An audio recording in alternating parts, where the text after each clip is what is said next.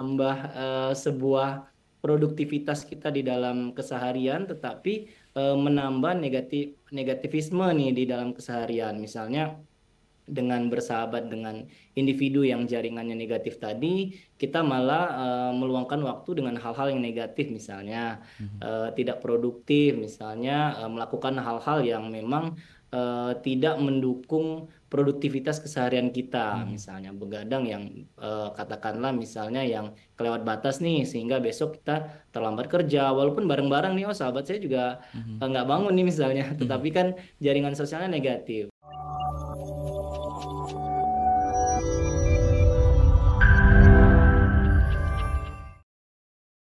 Kenapa kemudian penting kita menjadikan persahabatan ini sebagai salah satu hal yang harus kita perhatikan dalam memperhatikan aspek kesehatan mental kita, Mas Febrian? Iya, kalau ngomongin soal persahabatan ya, persahabatan itu memang salah satu aspek yang sangat penting di dalam kehidupan kita. Nah, di minggu lalu memang ada yang dibahas terkait tentang bagaimana kita eh, menjalin hubungan yang baik di dalam keluarga ya, dan diri sendiri. Nah, tak lupa pada hari ini kita akan membahas sebuah persahabatan.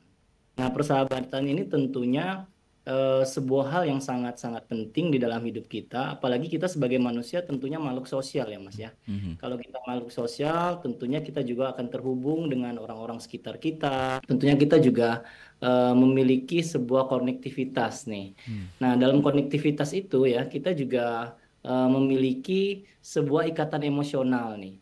Nah, inilah yang disebut dengan sahabat. Jika ada keterikatan emosional di luar keluarga tentunya ya, selain keluarga atau pasangan, inilah yang dinamakan dengan sahabat. Kenapa penting?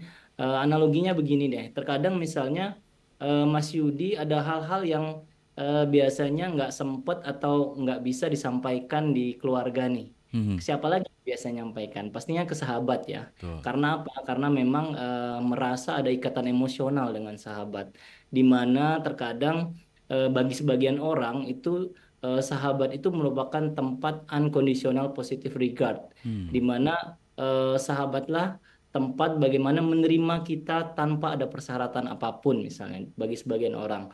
Sehingga apa? Sehingga persahabatan ini tentunya merupakan teman atau yang bisa dikatakan tempat kita untuk mencari dukungan sosial selain keluarga tentunya, Mas. Seperti itu. Oke. Jadi sahabat punya cinta yang tanpa syarat ya, Mas Febrian ya.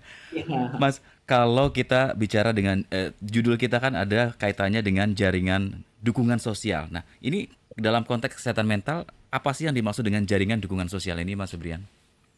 Ya, jaringan dukungan sosial tentunya di mana step yang lebih lanjut ya, Mhm. di mana kita mengembangkan sebuah bagaimana kita berkomunikasi secara efektif itu awalnya terbentuk di rumah. Nah, itu disebut dengan keluarga. Kemudian, setelah keluarga, tentunya kita juga akan mengembangkan sebuah jaringan komunikasi ya, Mhm. sebuah jaringan sosial di mana kita akan membentuk sebuah komunikasi di luar rumah misalnya. Mhm. Nah, inilah yang disebut dengan jaringan dukungan sosial. Nah, mengapa? Karena kita tentunya perlu untuk memiliki ya sebuah dukungan secara psikologis ya, Mhm. selain keluarga tentunya, hal yang ada di rumah. Kenapa? Karena memang dukungan sahabat ya atau teman sebaya boleh katakanlah ini merupakan hal yang bisa membuat kita merasa didengar dan dipahami selain keluarga. Apalagi hal ini berkaitannya hal-hal dengan kaitan di luar rumah ya yang Mhm. lebih dipahami oleh orang yang kita sebut dengan sahabat. Yang bisa dikatakanlah misalnya teman seperjuangan gitu ya, Mhm. atau teman sepenanggungan dan lain-lain. Sehingga apa? Sehingga dengan adanya dukungan emosional yang terbentuk, ini merupakan sebuah jaringan dukungan sosial membentuk sebuah kesehatan mental kita di luar yang didukung oleh yang namanya sahabat tadi. Begitu. Oke. Wow, menarik ya ternyata awalnya dari keluarga kemudian berkembang ke dalam lingkungan lebih besar termasuk dengan pertemanan, persahabatan ya Mas. Artinya sebetulnya kalau kita bicara tentang jaringan dukungan sosial ini ada yang sehat dan ada yang nggak sehat Mas.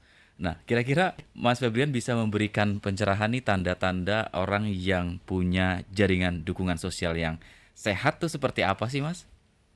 Ya, tentunya dukungan jaringan sosial yang sehat itu eh, salah satu aspek yang paling penting bisa dilihat bagaimana jaringan sosial itu menambah produktivitas kita sehari-hari. Mhm, Nah, itu poinnya.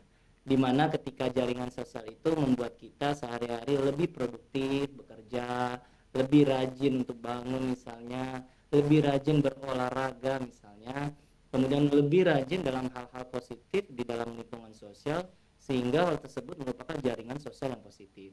Nah, ada juga jaringan sosial yang negatif nih. mhm. Walau bisa kita katakan sahabat juga nih, tetapi sahabatnya merupakan jaringan yang negatif nih misalnya, Ada ya? bukan tambah sebuah produktivitas kita di dalam keseharian, tetapi menambah negativisme nih di dalam keseharian. Misalnya dengan bersahabat dengan individu yang jaringannya negatif tadi, kita malah meluangkan waktu dengan hal-hal yang negatif, misalnya Mhm, tidak produktif, misalnya melakukan hal-hal yang memang tidak mendukung produktivitas keseharian kita, mhm, misalnya begadang yang katakanlah misalnya yang kelewat batas nih, sehingga besok kita terlambat kerja, walaupun bareng-bareng nih, oh sahabat saya juga mhm, nggak bangun nih misalnya, mhm, tetapi kan jaringan sosialnya negatif.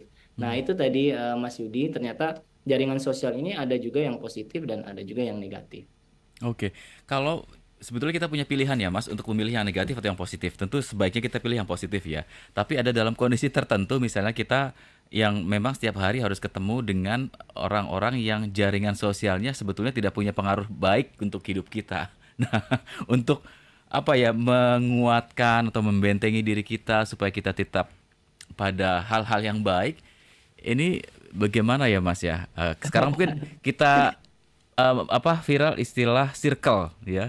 Oke, Pilih-pilih betul circle, ya. kadang-kadang terlalu memilih juga bisa menjadi image tertentu. Wah, dia orangnya pilih-pilih loh sama temen gitu ya. Ada anggapan seperti itu. Ini gimana kalau dari Mas Febrian sendiri, Mas?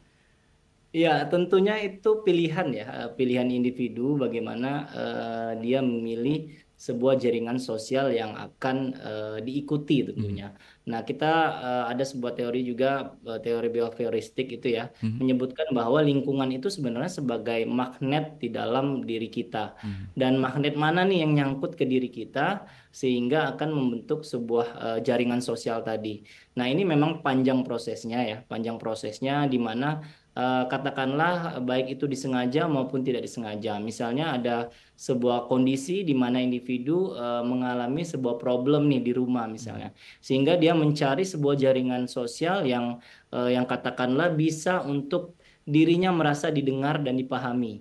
Nah, tibalah jaringan sosialnya mengarah ke arah negatif, dan ini menjadi sebuah hal yang menurut dia nyaman karena teman atau sahabat jaringan sosial tersebut merasa mendengar dirinya, mhm, kemudian memahami dirinya. Tetapi secara sosial memang tidak merupakan sebuah hal yang positif.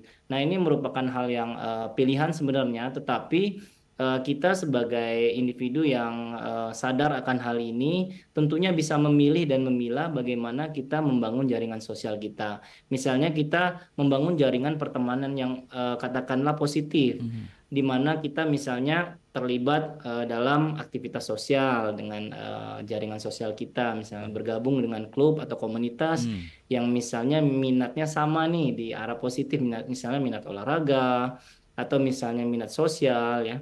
Kemudian ada hal yang jaringan membuat kita berkembang nih dari hari-hari sebelumnya. Misalnya ada planning-planning bagaimana jaringan sosial tersebut mengajak kita untuk melakukan sebuah grow up nih. Misalnya ada target-target, oh kita ke depan akan melakukan hal yang bersama-sama untuk mencari sebuah tujuan ini mhm, misalnya. mhm. Atau juga malah sebaliknya. Tentu hal tersebut juga menjadi sebuah pilihan individu tergantung bagaimana tadi ada dukungan sosial lain nih, misalnya support sistemnya dari keluarga atau Mhm. misalnya support sistem dari lingkungan yang lebih kuat di mana individu tersebut ikut dalam jaringan sosial tersebut. Oke, Tuh. berarti setiap orang itu sebetulnya secara alami akan punya circle-nya sendiri, jaringan sosialnya sendiri ya Mas ya. Apapun karakternya, apakah dia pribadi yang tertutup, yang terbuka, introvert atau ekstrovert, pada akhirnya akan menemukan orang-orang yang akan menjadi jaringan sosialnya ya Mas ya. Seperti itu ya Mas ya. Iya, Nah, karena sebenarnya jaringan sosial ini kebutuhan dasar manusia, Mas. oke. Jadi ada teori Abraham Maslow Mhm, menyebutkan bahwa kebutuhan need manusia itu kan ada bertahap nih, mhm, secara piramida. Di mana tahap pertama kita membutuhkan sebuah kebutuhan dasar, misalnya makan, minum, dan mhm, lain-lain. Kemudian kita butuh apa namanya, sebuah kebutuhan akan rasa nyaman, misalnya. mhm, Kemudian kita butuh akan sebuah relasi sosial. Nah, ini tadi yang eh, kata Mas Yudi tadi, apakah kita akan membentuk atau kita baik itu individu yang individualistis misalnya, mhm, mhm, apakah akan punya circle sendiri? Iya, tetapi untuk terkait bagaimana besarnya circle tersebut atau misalnya hal tersebut berapa kualitas yang dimiliki atau berapa banyak itu tergantung